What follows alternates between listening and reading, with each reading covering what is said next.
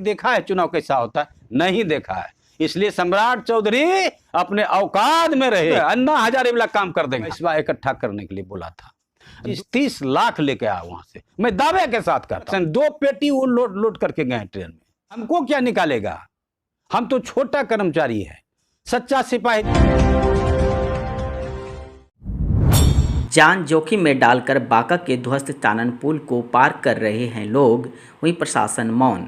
बांका चानन पुल जहां टूटे कई महीने हो गए हैं, वहीं आवागमन के लिए वैकल्पिक रूप से बनाए गए डायवर्सन भी पानी के तेज बहाव में बह गए। ऐसे में बांका के पूर्वी क्षेत्र के लोगों को बांका आने जाने के लिए बहुत ज़्यादा परेशानियों का सामना करना पड़ रहा है। पुल टूटकर पानी में जमीन दोज है, इसके कुछ हिस्से बाहर है तो कुछ पानी के नीचे। वहीं पुल कई जगहों पर खतरनाक रूप से टूट गई है, जिस पर रोजाना हजारों की संख्या में लोग बाइक साइकिल लेकर व पैदल इस रास्ते से होकर बांका जिला मुख्यालय पहुंचने के लिए बेबस हैं। कई लोग गिरकर जख्मी भी हो रहे हैं, परंतु इस पर जाना बंद नहीं कर रहे हैं। प्रशासन द्वारा इस रास्ते पर कई अवरोध देने के बाद भी लोगों का इस पर गुजरना आदत सी हो गई है, जिससे कभी भी भीषण दुर्घटना घट सकती है। प्रशासन के पास तुरंत इसका कोई इलाज नजर नहीं आ रही है। पुल का निर्माण बरसात के बाद ही प्रारंभ होने की संभावना बताई जा रही है। वहीं लोगों को सावधान रहने की जरूरत है। बांका जिला में पुलिस के मनोबल को बढ़ाने के लिए बांका एसपी के द्वारा पुलिस प्रशासन को किया जा रहा है सम्मानित। जुलाई महीने के समर्पित प्रतिवेदन में बाराहाट में पदस्थापित दरोगा कपिल देव यादव को सराहनीय कार्य के लिए सम्मानित करते हुए 1000 रुपये नगद इनाम दिया, ताकि पुलिस प्रशासन अपने कार्य के लिए मनोबल को नीचे ना गिराए और अपने कर्तव्य का पालन करते हुए कार्यभार को संभाले। बाराहाट में पदस्थापित दरोगा कपिल देव यादव ने बताया कि जुलाई महीने में 11 केस का निष्पादन किया था। इसी वजह से पुलिस अधीक्षक बांका के द्वारा मुझे सम्मानित किया गया। अमरपुर प्रखंड के सापुर स्कूल में इंटर एवं कक्षा 10 में रजिस्ट्रेशन को लेकर विद्यार्थियों की उमड़ी भीड़। इंटर एडमिशन की प्रथम सूची जारी होने के बाद आज अंतिम दिन होने की वजह से छात्र छात्रा रहे परेशान। जब MM न्यूज के संवाददाता ने हेडमास्टर से बात किया तो बताया कि अब इंटर में नामांकन की तिथि 25 से 31 अगस्त तक कर दी गई है। वहीं मैट्रिक में रजिस्ट्रेशन को लेकर भी तिथि में बढ़ोतरी की बात बताई। जिस तरह से कोरोना काल के बाद स्कूल खुला है और विधि व्यवस्था अभी तक ठीक ठाक से चालू नहीं हो पाया है, इसी की वजह से बढ़ती विद्यार्थियों की भीड़ को देखते हुए सभी तिथि को आगे कर दी गई है। पंचायत चुनाव को लेकर प्रखंड सभागार में प्रखंड विकास पदाधिकारी ने BLO के साथ की बैठक। चानन प्रखंड में पंचायती राज चुनाव हेतु चुनाव कराने को लेकर दिशा निर्देश हेतु चानन प्रखंड के प्रखंड विकास पदाधिकारी राकेश कुमार एवं प्रखंड शिक्षक सह BLO के साथ प्रखंड सभागार में एक बैठक हुई, जो सभी BLO पदभार पर रहे शिक्षक शिरकत की। प्रेस वार्ता में प्रखंड विकास पदाधिकारी ने बताया, चुनाव हर संभव में शांतिपूर्ण तरीके से संपन्न होना चाहिए। जल्द ही अधिसूचना जारी होने वाली है एवं कोई भी अभ्यर्थी आचार संहिता का उल्लंघन करता हो, किसी भी चुनाव लड़ने वाले पक्षधर के साथ बाधा पहुंचाता हो तो तुरंत हमें सूचित करे, उस पर त्वरित कार्रवाई करने की बात कही। साथ ही साथ BLO के तमाम पदभार शिक्षकों को यह भी हिदायत दी गई, सभी अपने अपने बूथों को सत्यापन कर ले ताकि मतदान के समय में किसी तरह का बाधा ना हो। चुनाव में खड़े हो रहे हैं या उनके कोई पक्षधर हो, किसी तरह का कोई चुनाव में किसी तरह की बाधा उत्पन्न करते हो तो उन्हें तुरंत सूचित करें। कोई भी आचार संहिता का उल्लंघन करते हुए पाए जाते हैं तो हमें सूचित करें, उनके ऊपर हम तक लगातार त्वरित कार्रवाई करेंगे। उसके साथ साथ सारा बूथ का वेरिफिकेशन उन्हें कर लेना है कि बूथ की स्थिति सब अच्छी है या नहीं है। दूसरी बात एक, उन्हें एक ट्रेनिंग भी दिया गया है गरुड़ा ऐप के बारे में कि जो हमारे विधानसभा चुनाव में जहाँ पर भी जो मतदान केंद्र था उसका अक्षांश देशांतर अपलोड कर देंगे गरुड़ा ऐप पर। फिर सभी BLO करेंगे अपने अपने मतदान केंद्रों का। उसके बाद AMF सुविधा एश्योर्ड मिनिमम फैसिलिटीज बूथों पर है या नहीं है, उसका फ़ोटो लेकर के दे देना है। फिर फोटोग्राफ, बूथ का फोटोग्राफ अपलोड कर देना। उसके बाद इन लोग को ये भी ट्रेनिंग दिया गया है कि अगर किसी बूथ में के नाम में परिवर्तन हो रहा है, कुछ चेंजिंग आ रहा है, गलत दिखाई पड़ रहा है, तो उसको भी वो उस ऐप के माध्यम से सुधार कर सकते हैं। एक बात यह है कि यदि कोई नाम जोड़ना चाहता है, हटाना चाहता है या सुधार करना चाहता है, अगर वो ऑनलाइन करता है तो सीधे गरुड़ा ऐप के माध्यम से सीधे उनके अकाउंट पे चला आएगा, वो वहाँ से उसको सुधार करके सीधे लोग इन पर डाल सकते हैं ना, जिस पर कि सुधार हो जाएगा। इनका प्रशिक्षण दिया गया था, पहली बार इन लोग की मीटिंग थी। फिर जल्द ही हम जैसे अधिसूचना जारी होती है पुनः हम BLOs का बैठक बुलाएंगे। तालाब में स्नान करने के दौरान डूबने से हुई मौत। काफ़ी मशक्कत के बाद लगभग 20 घंटे के बाद सबको निकाल पाया। अपने खेत पर काम करने के लिए गांव से आए 4-5 लड़कों में से एक लड़के का पोखर में डूबने से मौत। उनके बड़े भाई कौशल कुमार ने बताया कि मेरा भाई किशोर कुमार अपने खेत पर घूमने आए थे। इसी क्रम में पोखर नहाने के दौरान करीब 11 बजे से 12 बजे दिन के बीच डूबने से उनकी मौत हो गई। काफ़ी खोजबीन के बाद भी पोखर से सबको नहीं निकाल पाया। इसी बीच ग्रामीणों का आक्रोश भी प्रशासन पर देखने को मिला। ग्रामीणों का कहना है थाना में सूचना देने के बावजूद प्रशासन सिर्फ खाना पूर्ति करने आया और बेरंग लौट गया। प्रशासन द्वारा खोजबीन में कोई मदद नहीं किया गया। ग्रामीणों ने अपनी सुविधा अनुसार जितना हो सके उतना खोजबीन किया, लेकिन कल रात तक सफलता हाथ नहीं लग पाई थी। वहीं आज सुबह सबको काफ़ी मशक्कत के बाद बाहर निकाल लिया गया है। बिहार के जमुई क्षेत्र से बीजेपी की युवा विधायिका श्रेयसी सिंह को पार्टी ने बड़ी जिम्मेदारी सौंपी है। पूर्व केंद्रीय मंत्री स्वर्गीय दिग्विजय सिंह एवं बांका की पूर्व सांसद पुतुल कुमारी सिंह की कनिष्ठ पुत्री 30 वर्षीय श्रेयसी सिंह अंतर्राष्ट्रीय शूटर हैं। उन्होंने कॉमनवेल्थ गेम्स सहित कई अंतर्राष्ट्रीय शूटिंग प्रतियोगिता में देश के लिए गोल्ड सहित अनेक मेडल अपने नाम किए हैं। यही वजह है कि उन्हें देश भर में गोल्डन गर्ल के नाम से भी जाना जाता है। श्रेयसी सिंह को भारतीय जनता युवा मोर्चा की राष्ट्रीय कार्यकारिणी का सदस्य नियुक्त किया गया है। पार्टी के राष्ट्रीय अध्यक्ष JP नड्डा की सहमति मिलने के बाद भारतीय जनता युवा मोर्चा की राष्ट्रीय कार्यकारिणी समिति के सदस्यों के नामों की घोषणा की गई है, जिनमें बिहार से पार्टी विधायक श्रेयसी सिंह का भी नाम शामिल है।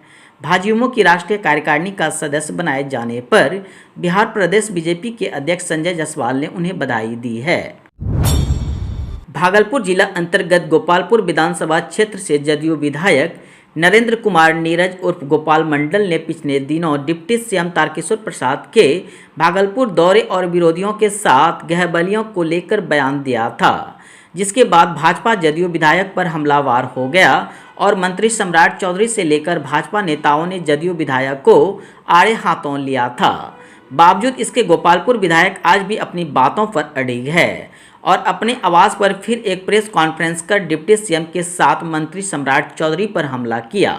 उन्होंने मंत्री सम्राट चौधरी को दल बदलू और औकात में रहने की सलाह दी। वहीं डिप्टी सीएम तारकिशोर प्रसाद भागलपुर आकर पैसे तहसीलदारी का आरोप लगाया। उन्होंने अपने को जदयू के सच्चा सिपाही करार देते हुए कहा कि जनता पार्टी के साथ हैं और कार्रवाई से नहीं डरते हैं। जनता के साथ हैं और जनहित में जनता के पक्ष में बोलने का काम करने की बात कही और कहा कि वे कुर्सी बचाने के लिए राजनीति नहीं करता है। दुकान है, इतना दुकान है कि मत पूछिए, कमी नहीं। 1 किलो दे ही दिया गया, क्या जानते नहीं। लेकिन वहां कलेक्शन 2 पेटी वो लोड करके गए ट्रेन में। ये मैदाब एक साथ था, इसलिए ऐसा करते हैं तो हमको गुस्सा आता ही है। गुस्सा है तो मैंने बयान दिया, कोनो गलत बयान नहीं दिया। मेरे दुश्मन के साथ दोस्ती करना, यहाँ रोहित पांडे के दुश्मन के साथ, हराने वाले के साथ दोस्ती करना, ये क्या डिप्टी सीएम अच्छा काम कर रहे हैं? बिल्कुल बुरा काम कर रहे हैं। मैं तो यह कहना चाहता हूँ, मैं प्रदेश अध्यक्ष और भाजपा के राष्ट्रीय अध्यक्ष को, भाई इनको ये डिप्टी सीएम पोस्ट से हटाया जाए। हमको क्या निकालेगा? हम तो छोटा कर्मचारी है। सच्चा सिपाही जब से समता पार्टी का गठन हुआ तब से उनके साथ हैं। निकाल दे, निकलने में कोई बात नहीं। राजनीति नहीं, सिर्फ ढूल-मिल राजनीति, कुर्सी बचाने के लिए मैं राजनीति नहीं करता हूं। मैं जनता के पक्ष में बोलने का काम करता हूं और उन्होंने 52 घर बचाने का वादा किया है। मैं आदरणीय मुख्यमंत्री से कहता हूं, भाई अब जंचवा लीजिए मुख्यमंत्री जी। बात बनता है, हमको सस्पेंड कर देते हैं, बड़े लोगों से मुंह लगाते हैं। मुंह क्या लगाएंगे? जोरी पारी का आदमी है, उनको एक मंत्रालय दिया, तुम ही काम देख लो, हमको नहीं दिया है। सम्राट चौधरी क्या बोलेगा? एमएलसी पर मंत्री बनने वाला, वो क्या बोलेगा? कभी चुनाव लड़के देखा है? चुनाव कैसा होता है? नहीं देखा है। इसलिए सम्राट चौधरी अपने औकात में रहे। सोशल डिस्टेंसिंग का नहीं हो रहा है पालन, प्रिंसिपल सस्पेंड करवा दीजिए। सुल्तानगंज प्रखंड के अकबर नगर स्थित उच्च विद्यालय खेरिया में प्रिंसिपल व कर्मियों की लापरवाही से हजारों की तादाद में छात्र छात्राएं परेशान नजर दिख रहा है। इंटर क्लास से संबंधित कागजात के लिए हजारों की संख्या में मंगलवार को स्कूल परिसर में छात्र छात्रा इकट्ठा हो गए और अपने संबंधित कार्यों से जुड़े कामों में सोशल डिस्टेंसिंग को मजाक बनाया गया। वहीं स्कूल प्रशासन सब कुछ देखकर भी कुर्सी लगाकर बैठे रहे। इधर छात्र छात्राओं का आरोप है स्कूल में सरकारी रेट से अधिक पैसे की वसूली की जा रही है, जिसको लेकर छात्र छात्राओं में काफ़ी आक्रोश व्याप्त है। कहते हैं छात्र छात्राएं। हजारों की तादाद में पहुंचे छात्र छात्राओं ने मीडिया के सामने स्कूल की पोल खोल दी। छात्र छात्राओं का आरोप है कि स्कूल प्रशासन की ओर से अधिक फीस वसूली जा रही है, इसके बावजूद भी छात्राओं को चक्कर काटना पड़ रहा है। इस संबंध में प्रिंसिपल कुछ कहने मीडिया माइक के सामने इनकार किया है। बिहार के सीएम नीतीश कुमार दिल्ली से पटना आज पहुंच चुके हैं। सीएम नीतीश जातीय जनगणना को लेकर पीएम नरेंद्र मोदी से मुलाकात करने दिल्ली गए हुए थे। पटना एयरपोर्ट पर मीडिया को संबोधित करते हुए नीतीश कुमार ने कहा कि पीएम मोदी से मुलाकात सुखद और अच्छी रही। पीएम ने सभी नेताओं की बात बहुत ध्यान से सुनी। सीएम नीतीश सहित 10 पार्टी के नेताओं ने पीएम मोदी से मुलाकात की थी। सभी पार्टियों से करीब 40 से 45 मिनट बातचीत हुई। सीएम नीतीश ने कहा कि जातीय जनगणना पूरे देश की मांग है। पटना एयरपोर्ट पर सीएम नीतीश के साथ जल संसाधन मंत्री संजय कुमार झा भी मौजूद थे। उन्होंने कहा कि जातीय जनगणना पर पीएम मोदी से बात हुई है। पीएम को हम लोगों ने पूरी जानकारी दी है। बिहार विधानमंडल में भी प्रस्ताव पारित है। बता दें कि सीएम के साथ बिहार के प्रतिनिधिमंडल के 10 सदस्य गए थे, जिसमें नेता प्रतिपक्ष तेजस्वी यादव, जीतन राम मांझी, मुकेश सहनी, विजय कुमार चौधरी, जनक राम, अजीत शर्मा, सूर्यकांत पासवान, अजय कुमार, महबूब आलम और अख्तरुल इमाम भी पीएम मोदी से मुलाकात की थी।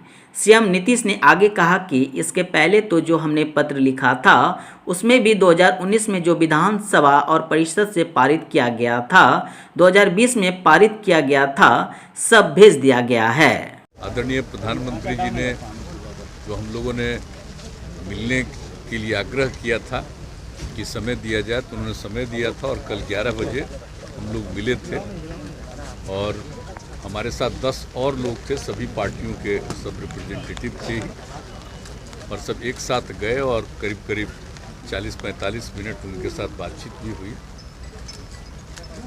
हम लोगों ने अपनी बात रखी और सारे लोगों ने, जितने पार्टी के सब रिप्रेजेंटेटिव थे, सब लोगों ने अपनी अपनी बात रख दी और यही था कि भाई जाति आधारित जनगणना होनी चाहिए और उसका लाभ है और ये सबके हित में होगा। तो सारी बातें उनको कह दी गई और उन्होंने सबकी बात को ध्यानपूर्वक सुना, लेकिन निर्णय तो उनको लेना है। हम लोगों ने अपनी बात पूरे तौर पर रख दी और पहले भी हम लोगों ने जो पत्र भेजा था उसमें भी जो विधानसभा और विधान परिषद के द्वारा 2019 में जो पारित किया गया था प्रस्ताव और 2020 में दोनों, मतलब कि फरवरी महीने में ही तो जो पारित किया गया था वो सब भेज दिया था हम लोगों ने। और जो कुछ भी जो इसी पिछली बार जो विधानसभा का सत्र चल रहा था उसी के दौरान 30 तारीख को सब लोग मिले थे, तो उन्होंने भी जो मिल करके पत्र दिया था उसको भी हमने उसमें साथ में ही लगा दिया था। और जो बात थी कि हम लोग चाहते हैं जाति आधारित जनगणना, वह भी पत्र में एक एक बात सब कुछ लिख दिया गया था। तो सब पहले ही से हम लोग दे दिए थे, लेकिन कल विस्तृत तौर पर कि आखिर इसका कितना लाभ है, एडवांटेज है और किस तरह से लोगों की ख्वाहिश है। और हम लोग जो बात कर रहे हैं कि बिहार में सारे दल के लोग एक साथ सर्वसम्मति से प्रस्ताव पारित हुआ और गए भी, जो भी विधानसभा और विधान परिषद में जितने दल हैं 10 दल, सब लोग एक साथ गए। तो एक समझ लीजिए कि ये एक किस तरह से सब लोगों की राय एक ही प्रकार की है और अन्य राज्यों में भी इस तरह की राय होगी। लेकिन हम लोग तो अपने यहाँ जो देखे हैं सब लोग मिल करके, तो जो कुछ भी हम लोगों ने रिजोल्यूशन किया और उसके अलावे जो बोलते रहे हैं, तो ये उचित होगा, उपयोगी होगा, देश के हित में है। और चूँकि बहुत पहले जो हम बराबर कहते रहे हैं कि अंग्रेज़ों के ज़माने में ही 1931 में अंतिम बार हुआ था, उसके बाद जो कुछ भी इन लोगों का 40-41 उसमें तो वार चल रहा था दुनिया में, तो कुछ हो नहीं पाया। लेकिन जो 31 का था उसी के आधार पर उस कास्ट सेंसस के आधार पर सब कुछ को मान करके चला जाता है, ये उपयुक्त नहीं होगा।